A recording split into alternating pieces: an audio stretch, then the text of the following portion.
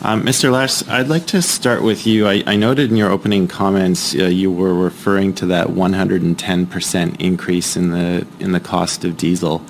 And I assume from, I've been looking at the publicly available price fluctuations in the price of diesel, and I assume you've seen that massive increase probably from now since 2019, 2018. Is that about correct?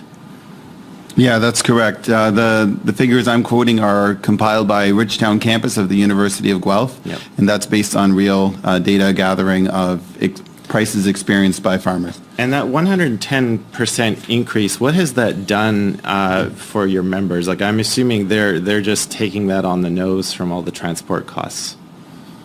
Absolutely.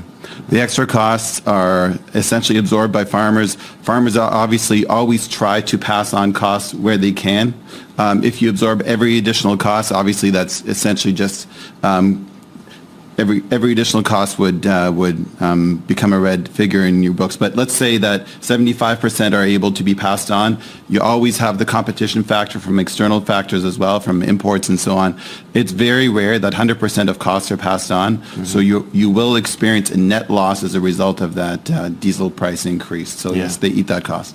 Our committee is in receipt of publicly available data that shows that during the same time you saw a 110% increase in your diesel costs, oil and gas companies saw their profits increase by over 1,000%. So it's obvious that that kind of corporate greed is really filtering through and really hurting our farmers.